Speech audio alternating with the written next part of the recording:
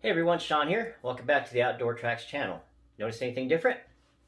That's right, I'm not in the garage. I'm usually always in the garage when I show videos, but today I'm in my home office. And home automation. Ever had any questions about it? How to do it? What products to use? What devices to hook up?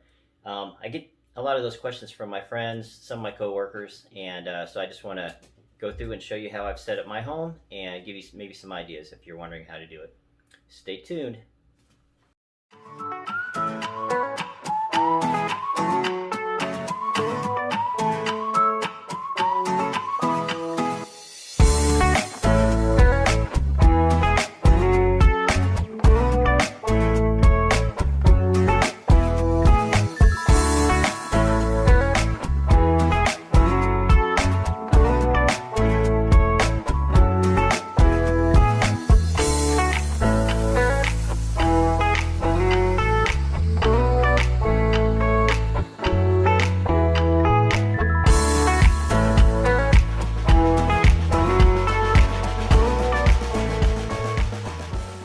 Alexa, stop playing music. Alexa, close the garage door. Closing. Hang on.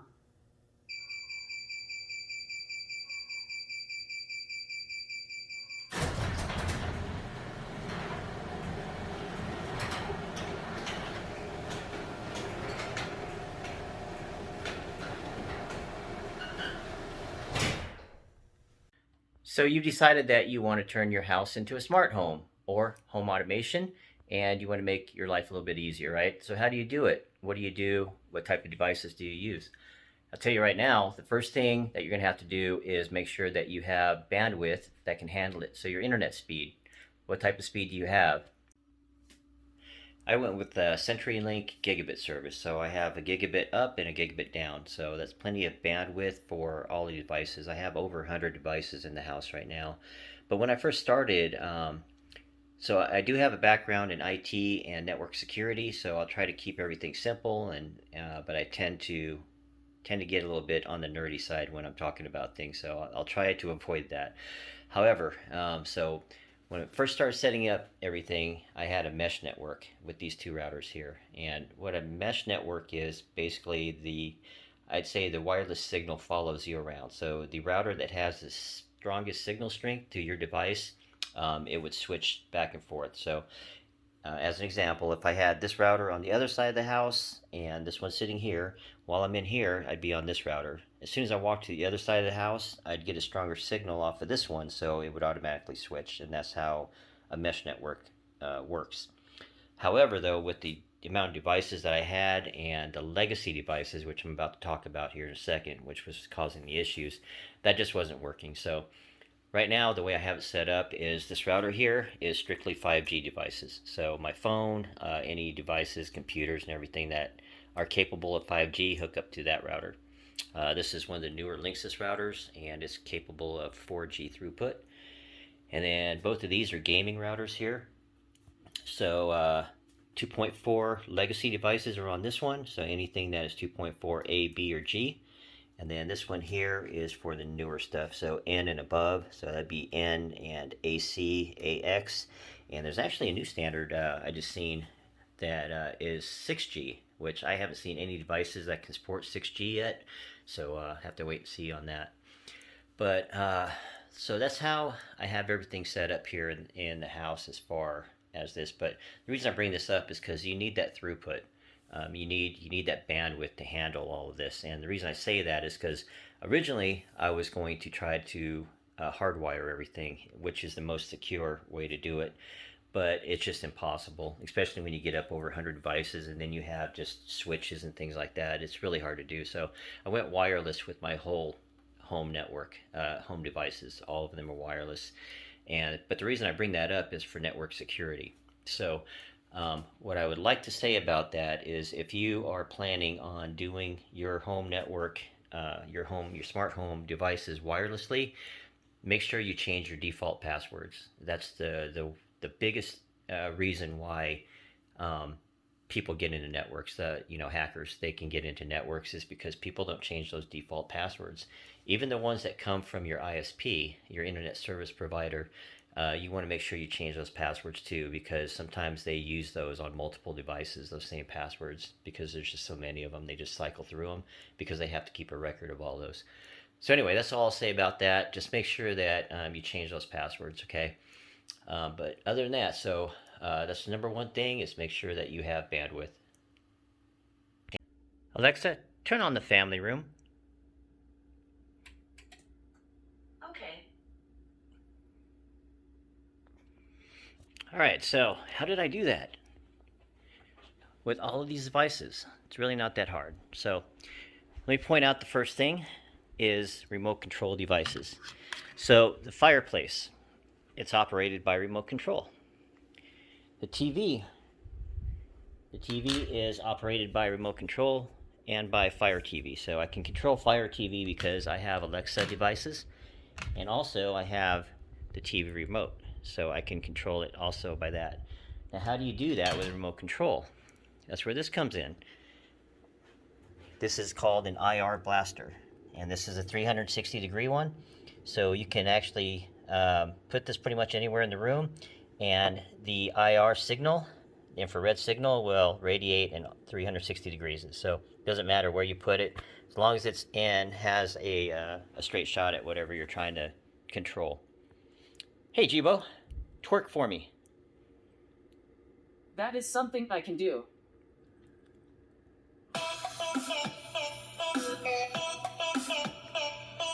I get a kick out of this every time. Look at him shaking his little butt.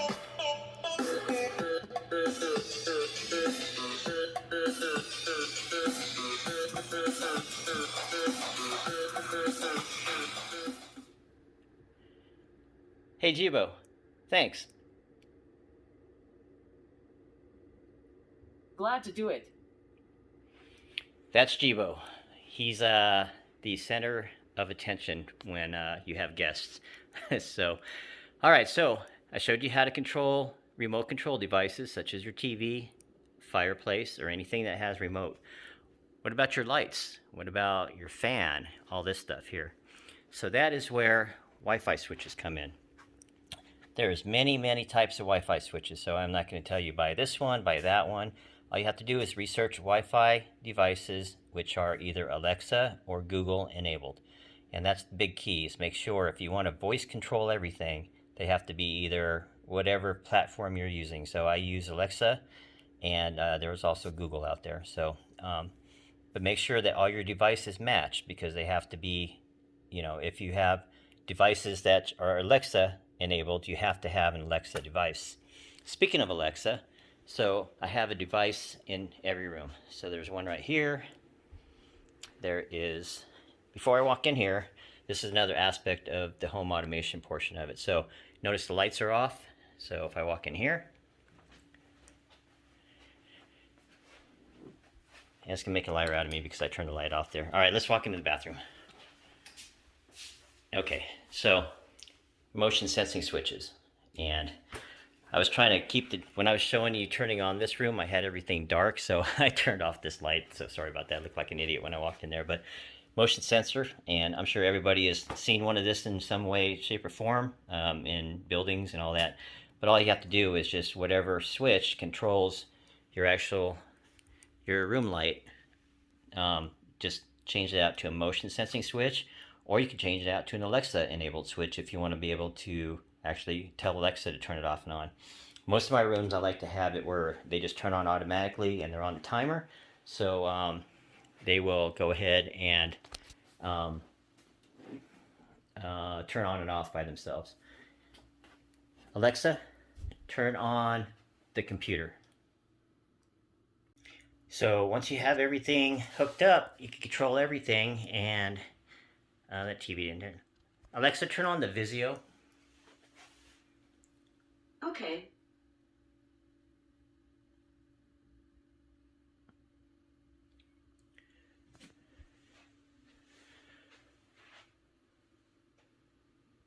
There we go. I got all three screens going. Okay, so that's That's how you control remote control devices and Wi-Fi switches, like I showed you, and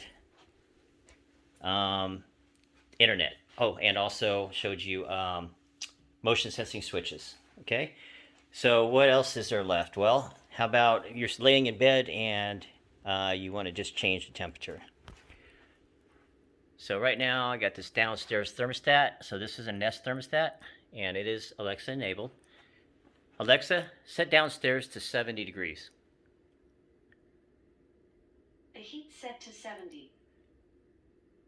See, that easy. And nice thing about Nest devices is they're automatically Alexa enabled. So all you have to do is hook it up. Now, if you don't know how to hook one of these up, I strongly suggest you get a technician, electrician to hook that up for you. But they're relatively simple to hook up, so just read the instructions that come with it. But like I said, if you do not know what you're doing, messing with electrical can be very, very dangerous. Same thing with installing these switches here. So I installed all this stuff myself, but like I'm saying, if you don't know anything about electrical, then don't mess with it. Just hire somebody to come in and do it for you. So anyway, all right, so there's temperature, and then we have our lights, and I want to conserve power, so Alexa, turn off the family room.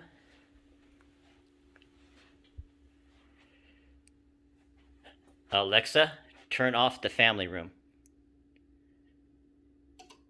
Okay. All right. All right, so next up is what we call the sitting room. Oh. Alexa, turn on the sitting room. Okay. All right, so this is all controlled here with Wi-Fi switches and Wi-Fi plugs. You see that plug in there? I have that one hooked up to the waterfall, but there's no water in it right now, so I have it actually disabled in the room right now because I don't want it turning on. The thing's a pain in the butt. I got to put water in like every 3 days. It just evaporates that fast because the actual tank is really small in there, so I just don't mess with it. But anyway, so this is the fireplace is controlled by remote control. IR blaster sits right there. And those lights are controlled with the Wi-Fi switch that's over here. And then I have Alexa device in this room. And Alexa, turn off the sitting room. Okay. All right. All right, so next on to the game room. Alexa, turn on the game room.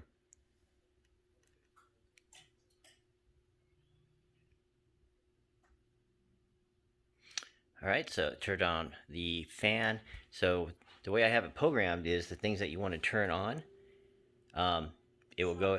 I'm having trouble understanding right now. I'm not Please talking try to it you. later. Shut up, Alexa. All right, so anyway, you can hook up the things that you want to hook up as far as the switches, and you can group them into rooms. So I have a room called game room, and then all the switches and devices that I want on there are on here. Alexa, turn on the TV wall. Okay. And so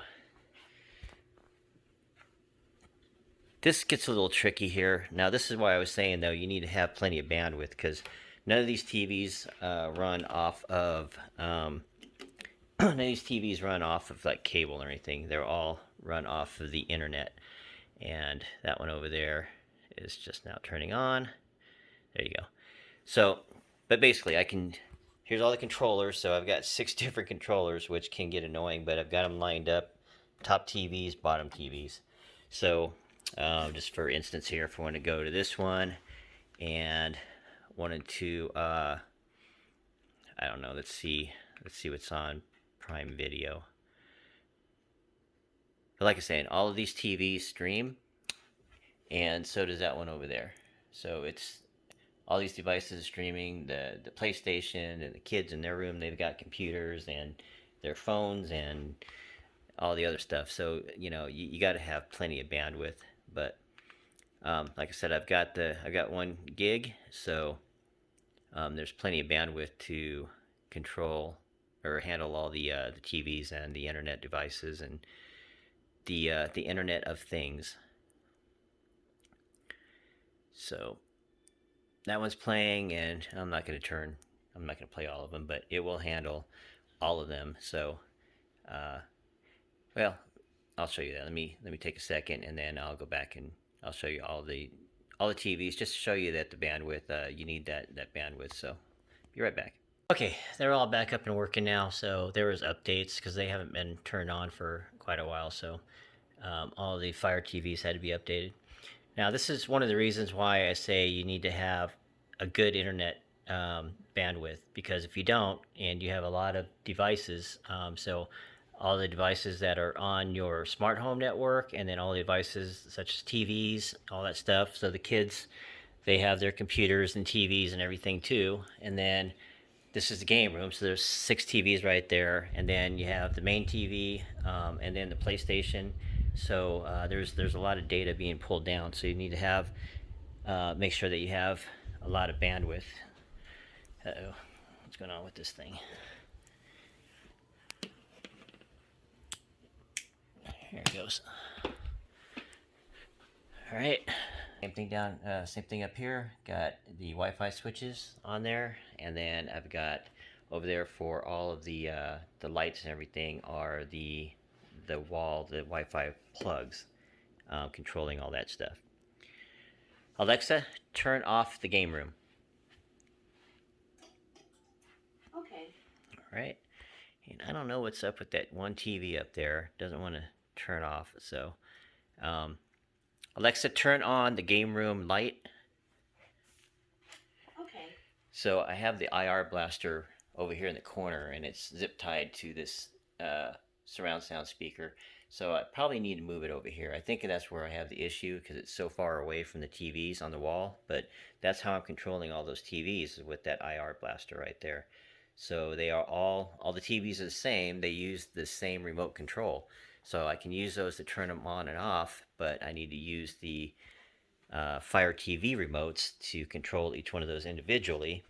Or I could control them with Alexa. However, the issue with controlling them with Alexa is that, come on, get back in focus. The issue with doing it that way is that I'd have to individually name each one of the TV controllers, and they're just on there as TV controllers right now. So anyway, that's the game room. Alexa, turn off the game room light.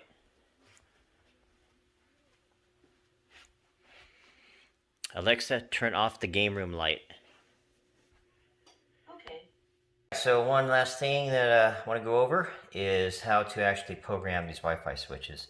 And they'll vary from manufacturer to manufacturer, but most of them are all the same. You're going to hold down the power button for a set amount of time, and it'll go into the modes. So the mode I want to use is AP mode. Most switches have 2 modes on them. There's going to be a quick mode or an AP mode, and then there'll be a different mode. So just hold on, and first of all, we'll set it to a slow flash.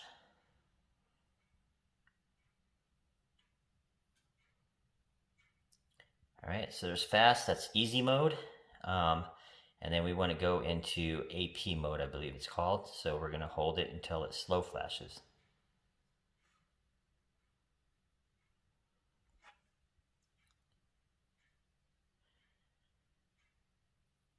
All right, so now it's in slow flash. So what I'm going to do now is go into my Smart Life app, because Smart Life is the one where you actually hook up all your devices. And so you can see this is where I've got our devices all hooked up in here. And this is just some of them. There's 3 other apps that you use to hook up devices, and they all connect to Alexa. But so right now I want to add, so I'm going to go up here in the upper right hand corner, the plus sign, and you're not going to see me push it, but the blue plus sign, and then down here towards the bottom under switch, it says switch Wi-Fi in parentheses. I'm pressing that. All right, and then it's going to ask me for my network. So I can't use 5G. It's got to be a 2.4 network. So I'm going to pause the video while I change this.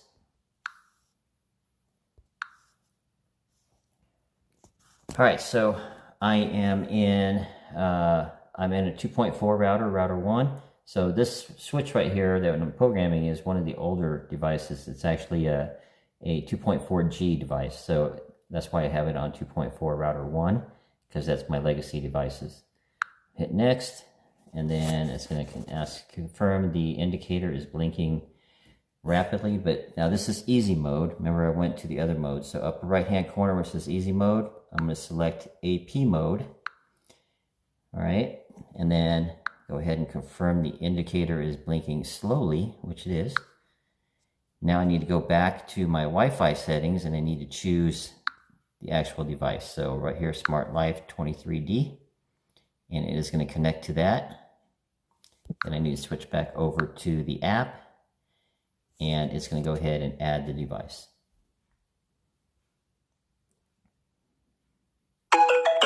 There it is. Now it's connected, and with this app here, it automatically sends that information to Alexa, and she can now control that light.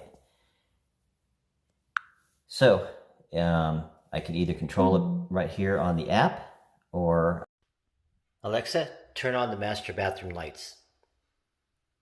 Okay. And there you have it. So it's easy as that. And then you can either use a switch, you can use the app, or you can just tell Alexa to turn your lights on and off. Alright everyone, so I gave you some ideas on home automation and maybe helped you out with some ideas. If the video was helpful to you, please do me a favor, go ahead and like and subscribe. And as for me, I'm going to bed. Alexa, arm ADT.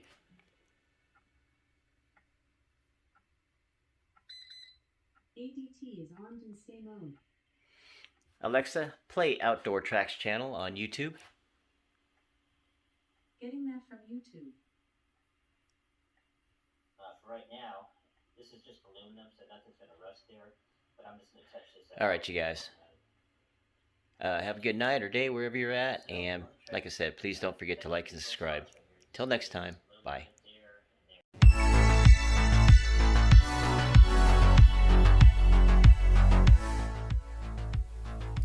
Hey everyone, Sean here. I just want to thank you for watching, and please don't forget to like and subscribe. Thank you.